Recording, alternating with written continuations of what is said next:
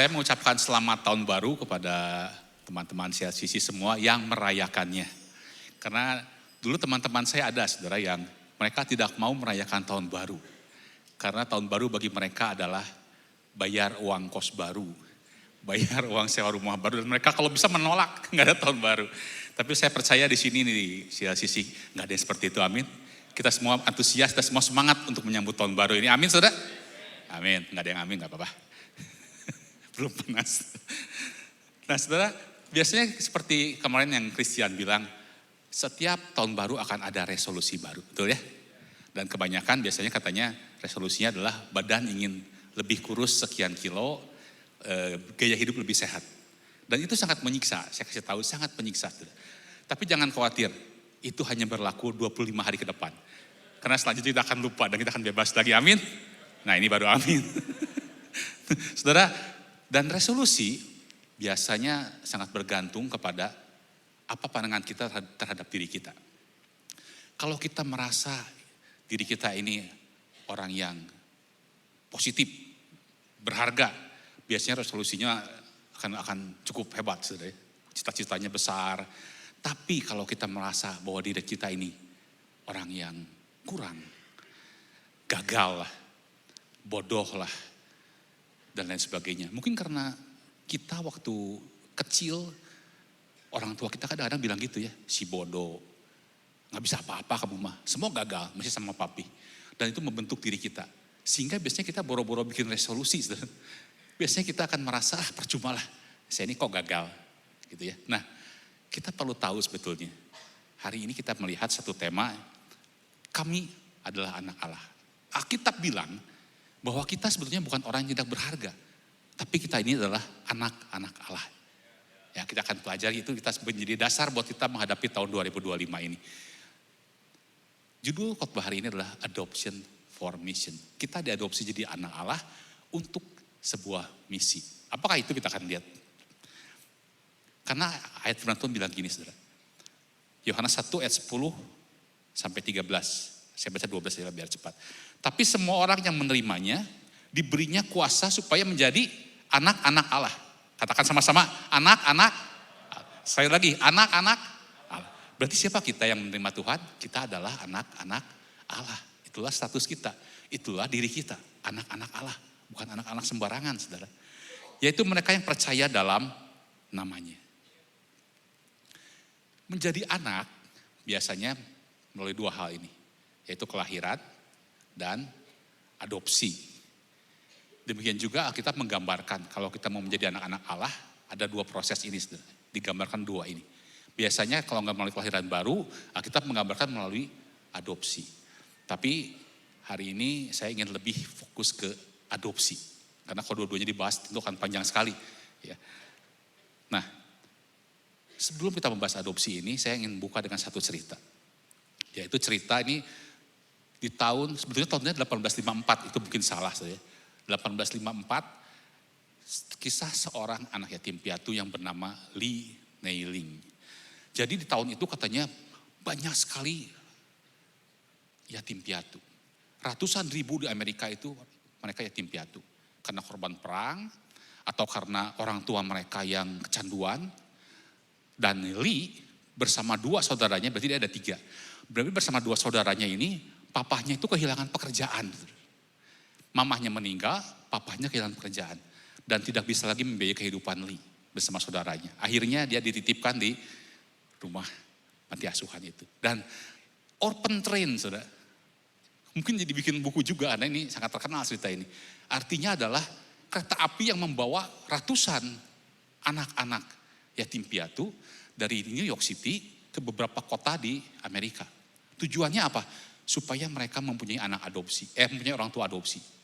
Jadi anak-anak ini dibawa, kemudian biasanya ada di tempat, dan mereka di sana seperti dipamerkan gitu saudara. Nanti banyak orang-orang tua, calon orang tua datang ke situ dan mereka pilih. Kalau saudara mau adopsi anak, saudara pilih nggak? Enggak? Pilih pasti ya. Pilihnya yang gimana? Yang nomor satu lah ya, yang the best ya. Anak yang lucu, matanya belok, nggak minimalis kayak saya ya, mukanya putih kali ya. Kemudian mereka nggak rewel, menurut, rajin mungkin itu. Dan saudara perlu tahu katanya di masa itu Ini terselubung sebetulnya saudara. Ini seperti human trafficking sebetulnya. Jadi anak-anak ini sebetulnya lebih bukan untuk diadopsi menjadi keluarga. Tapi mereka diadopsi untuk menjadi tenaga kerja. Kan anak gak usah digaji toh. Anak saudara digaji gak? Anak saya juga gak digaji saudara. Tapi gak mau cuci piring sampai sekarang. Kan mungkin karena gak digaji ya. Mereka gak usah digaji kan. Tinggal dikasih makan secukupnya kerja. Jadi itu tujuannya. Dan bagi Lee dan teman-temannya ini hal yang menyakitkan saudara. Karena mereka seperti dilihat seperti objek, seperti barang, bukan seperti manusia. Mereka dilihat, giginya dilihat saudara sehat enggak. Karena kalau giginya sakit nanti banyak dokter gigi saudara. Badannya kuat enggak, mungkin dites saudara waktu itu. Ayo angkat dusnya mungkin berapa kilo mungkin. Mereka seperti komoditi aja saudara. Dan menyakitkan buat mereka. Nah ceritanya Lee ini sebelum dia berangkat ke kereta api, papa kandungnya sempat menghampiri dia. Dan memberikan sebuah amplop berwarna pink. Saya nggak tahu apa hubungannya dengan Blackpink, nggak tahu. Tapi pink ini katanya berisi alamat papanya. Jadi dia bilang, Lee, sekali waktu kalau kamu sudah settle, jangan lupa kabari papamu. Supaya siapa tahu papa akhirnya berhasil, punya uang lagi, bisa ambil kamu semua. Dan jaga adik-adikmu nih yang dua nih, jangan terpisah ya. Gitu ya. Tapi sayang sekali saudara, kisahnya tidak seperti itu. Ketika dia naik kereta api, rupanya amplop pinknya tercecer. Jadi hari itu bukan hari yang baik buat Lee. Dia merasa sedih sekali. Dan lebih sedihnya lagi, ketika diadopsi, proses adopsi, dua adiknya terpisah dari dia. Dia itu sengaja, saudara Lee ini sengaja dia berbuat macam-macam, berbuat ulah, supaya gak diadopsi. Saudara. Karena dia berharap papanya akan menemukan dia kembali dan mengambil dia. Tapi sayang adiknya gak kompak, adiknya nurut. Jadi dua adiknya diadopsi terlebih dahulu. Dan Lee belakangan diadopsi. Hari itu adalah hari yang sangat buruk buat dia. Dia merasa harapannya untuk bahagia bersama papanya hilang. Karena amplop pinknya hilang. Dan dia gagal menjalankan tugas untuk menjaga adiknya. Dan dia melihat bahwa dirinya tidak dianggap sebagai anak. Tapi lebih sebagai buruh. Dan sangat menyedihkan buat dia. Saya sudahi dulu ceritanya sampai sini, nanti akan ada episode berikutnya di minggu depan. Nah, sekarang kita kembali ke cerita adopsi. Saudara simpan dulu cerita itu saudara ya. Salah. Nah, kita perlu tahu sekarang keadaan kita sebelum diadopsi menjadi anak. Kenapa sih kita bisa diadopsi menjadi anak? Tadi cerita tadi adalah cerita kehidupan dari dunia. Sekarang kita mau lihat, kenapa sih kita harus diadopsi? Apa sih kata Alkitab tentang adopsi ini? Ya. Kita lihat 3 Galatia. Jadi kamu bukan lagi hamba, melainkan anak. Berarti tadinya kita hamba, sekarang jadi anak. Jikalau kamu anak, maka kamu juga adalah ahli-ahli waris oleh Allah. Berarti tadinya kamu hamba katanya ya. Sebelum kita jadi anak, kita adalah hamba. Lebih lanjut kata Alkitab, Yohanes 8 ayat 34, kata Yesus kepada mereka, aku berkata kepadamu sesungguhnya, setiap orang yang berbuat dosa adalah hamba dosa. Jadi ini lebih jelas lagi nih, kita tadinya hamba. Hamba apa? Hamba dosa. Dan kalau bilang hamba dosa, Alkitab dan beberapa penafsir selalu bilang, kita itu bukan hamba yang kayak pegawai saudara. Kalau pegawai saudara kan masih dikasih gaji toh. ART, walaupun ART masih punya hak nggak? Sebentar lagi nih, Lebaran Idul Fitri. Mereka pulang kan ada haknya. Tapi kalau budak, mereka sama sekali tidak punya hak. Mereka tidak digaji. Dan biasanya itu yang digambarkan sebagai hamba dosa. Kita ini gak punya hak sama sekali. Kita ini gak bisa berbuat apa-apa sama sekali. Karena kita tidak bisa melawan. Nah, kita lihat sekarang. Siapa Tuhan kita? Yohanes 8:44. Iblislah yang menjadi bapamu. Jadi sebelum kita jadi anak-anak Allah, yang jadi bapak kita siapa? Iblis. Siapa iblis ini? Kamu ingin melakukan keinginan-keinginan bapamu. Ia adalah pembunuh manusia. Siapa dia? Pembunuh manusia. Kalau pembunuh manusia baik enggak? Ya enggak lah ya. Dan tidak hidup dalam kebenaran. Sebab di dalam dia tidak ada kebenaran. Apabila ia berkata dusta, ia berkata atas kehendaknya sendiri. Sebab ia adalah pendusta dan bapak segala dusta alias masternya dusta, ahlinya dusta. Jadi hidup kita, kata Alkitab, sebelum kita kenal Tuhan, sebelum kita jadi anak Allah, hidup kita adalah hidup yang mungkin seperti Li tadi, gak punya harapan untuk bahagia. Dan kerjanya dibohongin, karena bos kita adalah bapaknya pendusta. Itu mungkin kehidupan kita yang lama. Karena itulah Tuhan perlu mengadopsi kita. Dia katakan, waduh kalau ini hidup kita ini hancur-hancuran. Ya kan? Iblis itu pendusta. Istri kita rewel, dia bilang apa? Udah selingkuh aja, kalau udah selingkuh kamu bahagia kok. Saya punya teman yang selingkuh, saudara, dia bilang kalau dia bangun bukan di rumah aslinya, itu gak bahagia, saudara. Itu dia ketakutan, gelisah, bohong jadinya. Bohong, saudara. Gak ada kebahagiaan selain di dalam Tuhan. Carilah harta terus. Nanti kamu kalau udah punya rumahnya 5, mobilnya 7, ganti-ganti mobil, kamu pasti bahagia. Gak usah cari Tuhan-Tuhanan. Cari aja jalan pintas, pasti kamu bahagia. Setelah kamu punya mobil banyak, apa yang terjadi? Kamu makan terlalu banyak, terlalu enak. Kolesterol, stroke, gak bisa jalan. Apa kamu bahagia? No. Iblis itu tukang bohongin kita. Itu keadaan sebelum kita jadi anak. Jadi hamba itu gini sudah sifatnya. Saya pernah nonton film tentang slave, tentang budak. Dan ini yang mereka alami sehari-hari. Hidupnya dalam ketakutan, sehari-hari ketakutan. Karena dia nggak ada hak. Kalau salah dia bisa digebukin sampai mati. Nggak ada haknya, nggak ada, maaf, diselidiki dulu, nggak ada. Langsung aja dihajar. Nggak punya harapan kan masa depan. Apa yang bisa diharapkan? Itu yang ditanamkan iblis ke dalam diri kita kalau kita jadi hambanya. Karena dia pembunuh kita. Kamu gak punya masa depan, ambil jalan singkat. Tidak memiliki hak waris, apa yang mau diwarisi? Dia budak kok. Hanya memikirkan keselamatannya sendiri. Jadi katakanlah kalau dia ini budak di pabrik roti misalnya. Dia gak akan mikirin bagaimana pabrik roti ini jadi sukses, pabrik roti ini jadi besar. Gak akan dipikirin.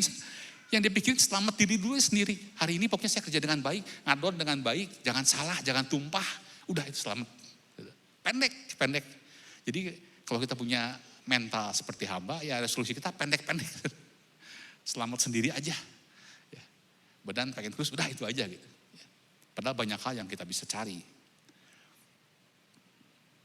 Nah, itu keadaan kita sebelum diadopsi jadi anak. Karena itu Alkitab mengatakan kita perlu diadopsi jadi anak. Sekarang kita masuk ke adopsi ini.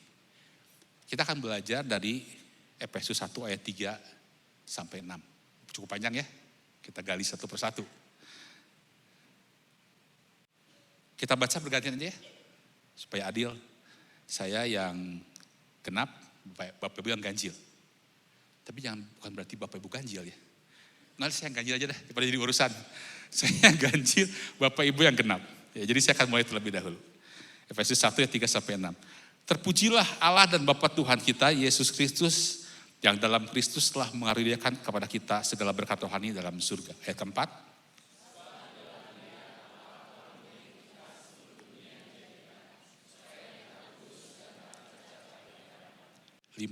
Dalam kasih, ia telah menentukan kita dari semula oleh Yesus Kristus untuk menjadi anak-anaknya sesuai dengan kerelaan kehendak-Nya.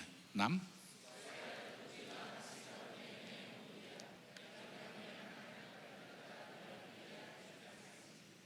Oke, saya mau loncat dulu ke ayat yang kelima. Dalam kasih, ia telah menentukan kita dari semula oleh Yesus Kristus untuk menjadi anak-anaknya. Di dalam terjemahan bahasa Inggris, He predestined us for adoption to sonship through Jesus Christ in accordance with His pleasure and will. Adoption. Di situ ada kata adoption.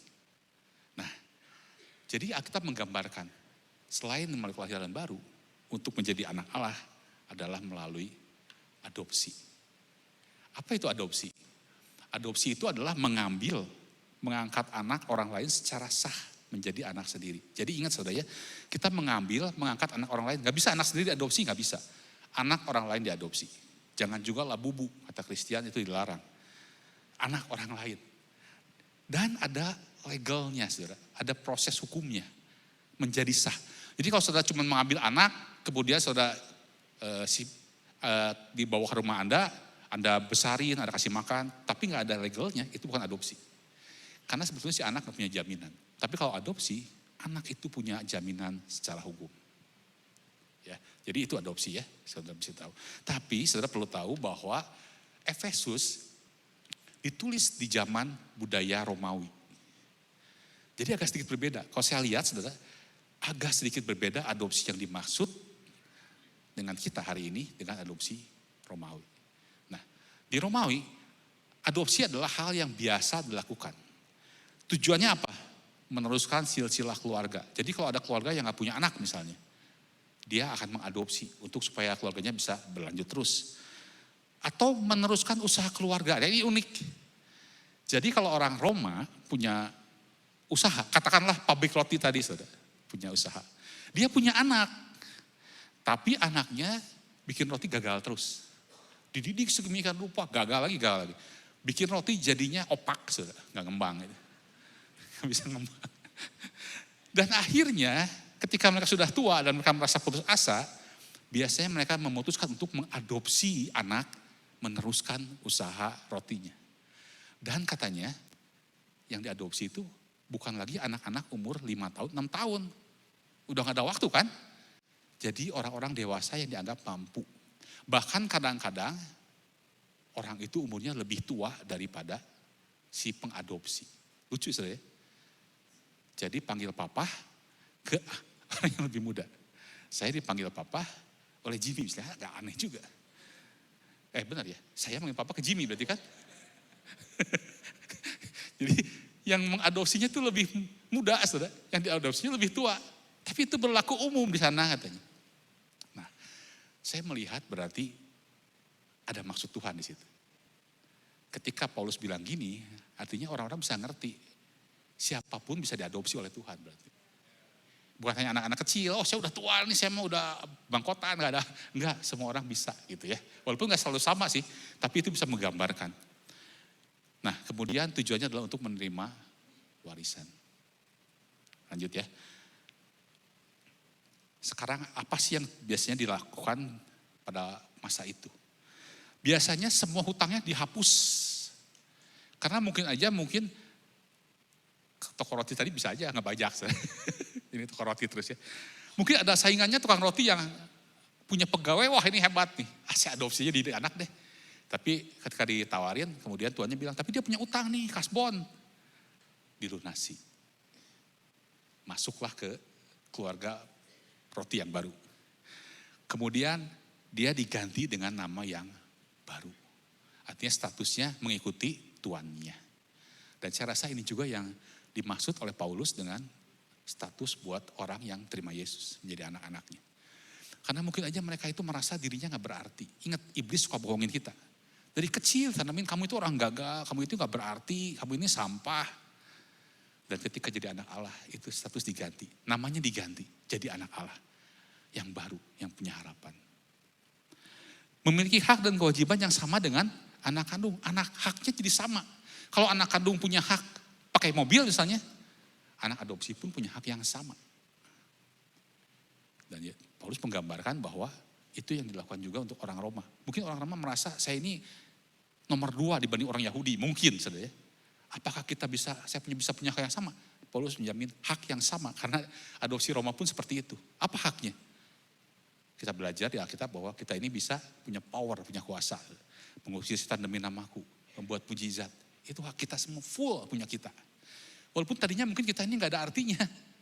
Gak ada apa-apanya. Tapi di dalam, kalau kita diadopsi, kita punya hak yang full. Tapi juga kita punya kewajiban yang sama dengan anak kandung. Kalau anak kandung punya kewajiban ngurusin bapaknya, kita pun punya kewajiban yang sama. Ngurusin usaha bapak kita. Ya. Apa usaha bapak kita? Kerajaan sorga. Ya. Kemudian, memiliki hak dan kewajiban atas warisan, kurang lebih sama. Dan ini yang terakhir yang paling hebat menurut saya. Adopsi tidak bisa dibatalkan. Katanya anak kandung bisa dibuang malah di adopsi Roma ini. Saya baca di ensiklopedia katanya ada yang berapa yang dibuang. Tapi yang ini tidak bisa. Artinya Paulus pengen bilang, kalau sekali engkau diadopsi oleh bapamu, engkau gak akan pernah bisa dibuang oleh bapamu. Gak akan pernah bisa dibatalkan. Mungkin kau berubah setia sama dia. Mungkin kau hidupnya ancur-ancuran, bikin malu. Tapi percayalah, bapamu tidak akan pernah membatalkan adopsinya. Ya, ini luar biasa, saudara. Lanjut, karena waktu mungkin pendek. Ini aja, saudara ya. Nah, kita lihat, saudara, di Efesus 1 ayat 36 ini, bagaimana sih caranya kita bisa jadi anak-anak Allah. Yang di warna kuning itu sudah lihat, itu semua sama, saudara. Dalam Kristus, dalam dia, oleh Yesus, dalam dia. Artinya, semua hanya bisa melalui Yesus. Karena itu Yesus harus mati, turun ke dunia, di hari Natal, dia harus mati di atas kayu salib, supaya kita diadopsi menjadi anak-anaknya. Enggak ada jalan lain, kata Alkitab. Kalau saja ada jalan lain, pasti ditempuhnya. Tapi enggak ada jalan lain. Saya nggak tahu kenapa, mungkin karena harga kita terlalu mahal. Saudara. Makanya harus ditebus dengan darahnya. Dosa kita terlalu rusak, sampai dia harus seperti itu. Tapi dia mau melakukan hal itu buat kita. Dan Efesus ayat 3 ayat 6. Jadi tadi yang pertama adalah melalui Yesus. Yang kedua, ayat yang keempat, sebab di dalam dia Allah telah memilih kita sebelum dunia dijadikan, supaya kita kudus dan tak bercacat di hadapannya. Allah memilih kita sebelum dunia dijadikan. Sebelum ke sana, saudara, saya akan lanjutkan episode keduanya. Karena tadi saudara semua senyum-senyum dan mendukung, jadi saya akan teruskan episode keduanya. Dari Lee ini. Lee, saudara, dia diadopsi 2 kali. Yang pertama, karena dia tidak sanggup melakukan kerjaannya, gagal terus, salah terus, dikembalikan oleh orang tua asuhnya. Yang kedua sama, saudara. Yang kedua ini peternakan ayam. Dia terlalu rajin. Pagi-pagi sudah dibuka kandang ayamnya, tapi ternyata malah fatal. Malah fatal. Ayamnya keluar dan kemudian mati diterkam apa saya nggak tahu, tapi yang pasti gagal dan akhirnya dikembalikan lagi. Dan sekarang yang ketiga. Yang ketiga, Lee melihat orang tuanya mirip-mirip dengan yang kedua. Badannya besar, hitam seperti saya tapi manis. Kemudian kasar kelihatannya. Jadi dia udah menduga. Pasti ini bagian perladangan lagi nih, perkebunan lagi. Pastilah. Udah saya gak betah lah, dia pikir. Nantilah saya akan cari usaha untuk kabur kembali ke panti asuhannya. Nah, singkat cerita, dia masuk keluarga itu, dia diangkat. Pagi-pagi dia bangun, tadinya rencana mau kabur, tapi kebangunnya kesiangan. Jadi dia bangun, dipanggil oleh orang tua asuhnya. Di meja sudah ada bacon, katanya saudara. Dibakar, wangi sekali. Dan membuat perutnya lapar. Dia langsung comot. Karena dia gak menjaga mannernya, dia gak jaga sopan santunnya. Karena dia mau pengen diusir, saudara. Comot. Tapi oleh si istrinya, namanya Grace. Nak, jangan dulu nak. Kita harus berdoa dulu katanya. Dan kemudian dia berdoa, mereka berdoa. Doanya gini, saudara. Kami bersyukur Tuhan pagi ini engkau tambahkan 1 anggota baru. Anak ini, Lee. Dan kami merasa sangat berterima kasih. Anak ini sangat berharga bagi kami. Dan Lee kaget. Pertama kali seumur hidupnya dia dengar kata itu. Berharga. Selama ini dia selalu merasa dibuang. Dianggap komoditas. Hari itu dia mendengar kata berharga. Dan dia menangis. Sambil makan baconnya dia menangis. Bacon terenak yang dia makan hari itu. Demikian juga dengan kita. Saudara. Tuhan bilang, kita ini dipilih. Dianugerahkan. Siapa kita? Siapa saya? Orang yang ada apa-apanya, saudara. Ancur-ancuran bisa ngomong di depan sini. Kalau bukan anugerah Tuhan, siapa? Dan adopsi berbeda dengan anak kandung. Kalau anak kandung kita terima jadi, saudara. Terima, keluarnya sipit, ya udah itu anak kita. Gak bisa kita, saya mau yang itu aja deh. Gak bisa. Terima. Tapi kalau adopsi, tadi saudara sudah bilang kan, saudara pilih yang terbaik. Saudara tahu semua. Kalau ada anak yang kelainan jantung, saudara mau adopsi? Enggak kan? Tapi Tuhan bilang dia memilih kita. Dia tahu semuanya keadaan kita. Luar dalam dia tahu. Hancurnya kita dia tahu. Apa yang kita pikir dia tahu. Jahatnya kita dia tahu. Tapi tetap dia memilih kita. Dengan cara dia mati di kayu salib. Mengadopsi kita. Dan katanya bahkan dibilang, sebelum dunia dijadikan, dia telah mengadopsi kita. Ini sangat luar biasa. Sangat-sangat luar biasa. Artinya, sebelum dunia ada, Tuhan sudah mikirin kita untuk mengadopsi kita. Jadi sekarang kita harus bilang di tahun 2025 ini, kita ini bukan produk iseng. Iseng nih. Tuhan lagi gak ada kerjaan, iseng bikin kuponiman di sini. Tanpa masa depan, tanpa perencanaan. Enggak gitu, saudara. Jauh-jauh hari dia sudah bikin dengan detail rencana untuk Anda menjadi anak-anaknya. Satu rencana yang mulia. Anda bukan orang ancur-ancuran, Anda bukan iseng, Anda bukan orang gagal. Katakan pada diri Anda hari ini. Tahun ini saudara harus bikin resolusi yang membuat dia bangga. Dia begitu baik buat kita. Jadi kisah Lee akhirnya berakhir dengan happy ending, saudara. Karena dia merasa bahwa dia orang yang berharga hari itu.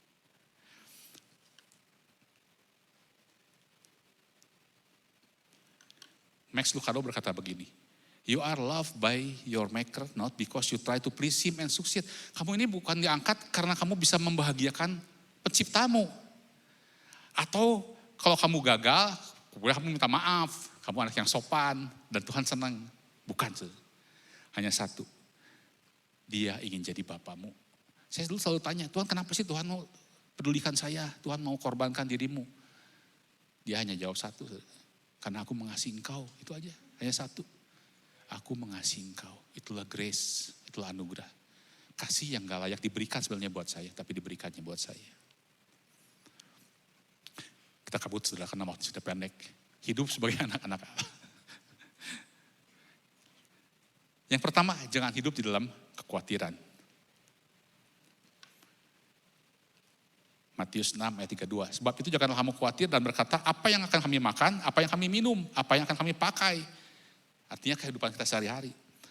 Sebab semua itu dicari bangsa-bangsa tidak mengenal Allah. Akan tapi Bapamu yang di surga tahu bahwa kamu memerlukan semuanya itu. Bapamu tahu. Anak saya saudara tugasnya di Sumedang. Jadi dia seminggu sekali bolak-balik ke Sumedang pakai mobil. Dia nggak ngomong, saya periksa tolnya saudara, kartu tolnya.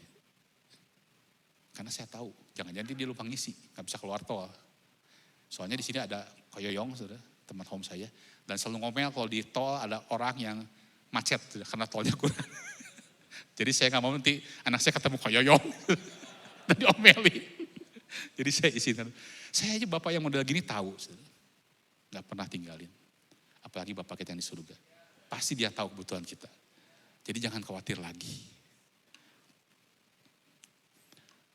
Nah, kemarin saya ngobrol sama Cifani dari Departemen Doa CLCC. Saya tanya, Van kalau prayer request tuh ada nggak sih orang yang bersaksi terjawab doanya? Banyak sekali kok katanya. Saya minta aja lah kalau gitu dah 5 aja. Nih saudara bisa baca. Bersyukur buat usaha minuman di Majalaya berjalan baik sejak tahun lalu. Bersyukur operasi tulang pipi berhasil pasca kecelakaan motor. Bersyukur mobilnya terjual. Bersyukur untuk bersyukur untuk adaptasi yang baik sejauh ini. Karena baru kuliah ke Bandung. Bersyukur untuk pemulihan otot sekitar pinggul, paha, pemulihan hubungan Yesus. Ini baru 5, banyak sekali saudara. Dan saya melihat bahwa Allah gak pernah ninggalin kita. Jangan khawatir. Karena itu kalau saudara mungkin di hari ini hidup di dalam khawatir, tagar khawatir, tidak baik-baik saja, mungkin kerjaan tidak baik-baik saja, rekening di bank gak baik-baik saja, kesehatanmu sedang buruk, isi prayer request saudara hari ini. Dan kita akan lihat jawabannya sama-sama. Kami senang berdoa bagi Anda. Kalau punya beban jangan ditanggung sendiri saudara. Itu sudah dicetak prayer request buat saudara khusus. Jauh-jauh hari sebelum dunia ada, sudah dicetak buat saudara. Dan kami siap berdoa bagi Anda. Jadi jangan lupa ya saudara, yang teman-teman yang perlu didoakan, apapun masalah Anda, jangan ragu-ragu. Kita akan lihat bahwa Tuhan gak pernah ninggalin kita. Dan yang kedua adalah dipimpin oleh Roh Allah. Semua orang yang dipimpin oleh Allah adalah anak Allah. Kita hidupnya harus dipimpin oleh Roh Allah. Jangan lagi hidup mikirin kepentingan sendiri. Selanjutnya yang ketiga. Dipimpin Roh Allah artinya juga mengerjakan pekerjaan Bapa. Matius 6 ayat 33-34, tapi carilah dahulu kerajaan Allah dan kebenarannya, maka semuanya itu akan ditambahkan kepadamu. Sebab itu jangan kamu khawatir akan hari esok. Hari esok punya keputusannya sendiri, kesusahan sehari cukuplah untuk sehari. Tadi katanya hamba hanya mikirin dirinya sendiri, karena dia gak merasa aman, karena dia gak merasa secure. Dia gak punya hak waris. Tapi kalau engkau sudah jadi anak Allah, kau jangan khawatir lagi karena kau punya Bapa. Sekarang tugasmu adalah salah satunya. Mikirin pekerjaan Bapamu. Think your father business. Saudara, siapa di sini yang kalau saudara sedang berlibur, kemudian rekeningmu di bank, nolnya udah gak kehitung, tapi sayang depannya gak ada angkanya. Gak ada angkanya, saudara. Pokoknya semua dalam keadaan baik-baik, saudara sehat, kulit mulus gak ada jerawatnya, saudara. Kemudian saudara berdoa kencang. Wah, mati-matian, saudara doa puasa semalam suntuk. Ada yang gitu, saudara? Atau kalau lagi susah baru saudara berdoa? Biasanya lagi susah ya, sama. Tapi kita harus mikirin sebetulnya. Justru dalam keadaan baik-baik, kita mikirin gak pekerjaan Bapak kita? Kita mikirin gak warisan kita? Warisan kita adalah kerajaan surga. Dan itu bukan hal yang main-main, saudara. Kalau nanti mungkin suatu hari kita belajar tentang akhir zaman, kerajaan surga, kerajaan bumi akan bersatu. Artinya kita ini pemilik bumi ini, saudara, pemilik semesta ini. Kita mikirin gak apa yang Tuhan mau dengan kerajaan surga? Harusnya kita berdoa kencang untuk itu. Jangan lagi mikirin buat diri sendiri. Kita gak usah khawatir, Bapak kita baik, Dia sudah sediakan semuanya. Kita bukan hamba lagi. Tahun ini kita harus mikirin, harus doain. Kita ubah doa kita.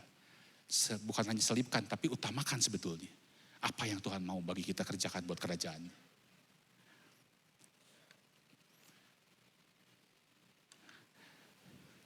Nah, sekarang kita ini ada dalam kerajaan Allah karena sudah diadopsi.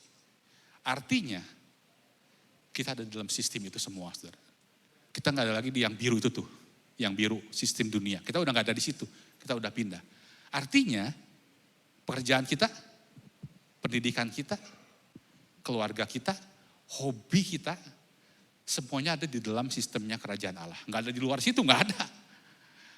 Artinya sekarang kita harus, pekerjaan kita harus ingat bahwa saya ini bagian dari kerajaan Allah. Saya orang Indonesia, pindah ke Amerika. Saya mau nembak, bisa gak saudara? Sistemnya udah beda. Kita harus menyadari cara kerja kita, cara kita berkeluarga, cara kita mengurus anak kita harus rubah semuanya. Menjadi sistem kerajaan Allah. Bagaimana caranya kok saya kurang begitu ngerti. Nanti bulan Maret akan ada Gospel Renewal, ikut yang belum. Di situ akan diajarin bagaimana kita hidup dalam prinsip kerajaan Allah. Kita nggak bisa sempat bahas hari ini. Karena kerajaan Allah sebetulnya bukan nanti. Kadang-kadang kita mikirnya nanti. Ya, Yesus datang kedua kali baru kerajaan Allah akan datang. Enggak, kerajaan itu sekarang. Kerajaan Allah kita biasa ngomong soal future nanti. Yesus datang kedua kali. Sebetulnya enggak. Karena kita ini pewaris kerajaan Allah, kita bagian dari kerajaan Allah. Kita bisa menarik kerajaan Allah hari ini sebetulnya melalui kita. Melalui kehidupan kita, melalui pekerjaan kita. Melalui apa yang bisa kita lakukan. Mari kita pikirin hal ini. Kemarin Kristina sudah mengajarkan bagaimana caranya. Saya akan bahas lagi karena waktunya sudah habis. Tapi ini yang perlu kita ingat. Jadi kalau kita mau bikin resolusi tahun ini, ingat Yesus menebus kita menjadi anaknya. Bukan supaya selamat, kadang-kadang supaya selamat. Enggak, ujungnya bukan di situ. Kita menjadi anaknya. Supaya kita menjadi ahli waris. Apa ahli waris kita? Warisan kita? Kerajaan Allah. Jadi pikirin sekarang resolusinya sudah bukan cuma pengen kurus. Bukan cuma pengen sehat. Tapi coba, apa yang saya bisa buat untuk kerajaan Allah ditarik ke bumi ini. Melalui kehidupan kita. Supaya banyak orang boleh lebih mengenal tentang Dia. Amin. Jadi memiliki hak istimewa itu adalah untuk bertanggung jawab. Bukan untuk diistimewakan. Saya kan anak Tuhan, doanya mesti dijawab dong Tuhan. Bukan itu saudara, tapi tanggung jawab kita.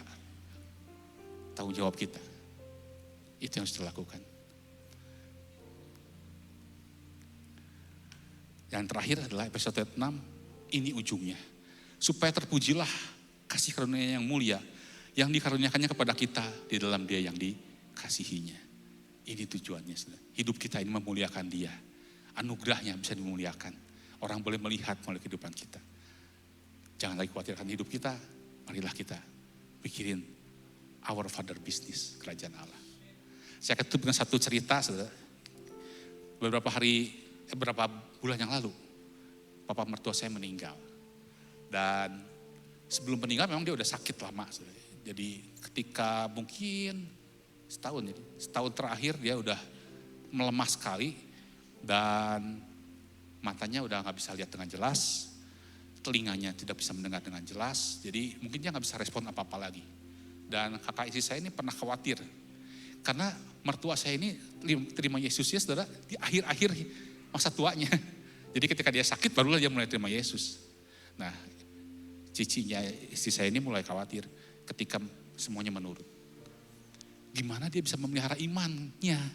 Dia nggak bisa baca Alkitab, dia nggak bisa dengerin YouTube, dia nggak bisa merespon. Jangan-jangan nanti imannya gugur. Karena dia kan, kalau sakit mah kerasa kayaknya. Soalnya kalau di sondenya diganti itu saudara, dia jadi sakit kerasa. Tapi terima firman Tuhan mungkin udah nggak bisa. Nah, kemudian seorang teman sepelayanan dia berkata gini, kita kan punya Bapak yang baik. Bapak yang baik, ketika anaknya udah gak bisa apa-apa, bagian dia yang ngurusin katanya. Simple sih. Tapi ya itu yang terjadi. Ketika kita gak bisa apa-apa, kita punya Bapak yang akan ngurusin kita. Jadi kita gak usah khawatir. Mungkin hari ini saudara sedang dalam keadaan yang buruk, jangan khawatir. Ketika saudara sudah gak bisa apa-apa, dia akan turun tangan. Dia akan pelihara hidupmu. Karena apa? Karena dia punya rencana yang mulia buat hidupmu. Dia gak mau hidupmu gagal begitu aja saudara. Dia akan pelihara. Dia akan jadikan engkau ahli warisnya, pemilik kerajaan surga. Amin. Amin. Pemusik, nanti kasih Bidian.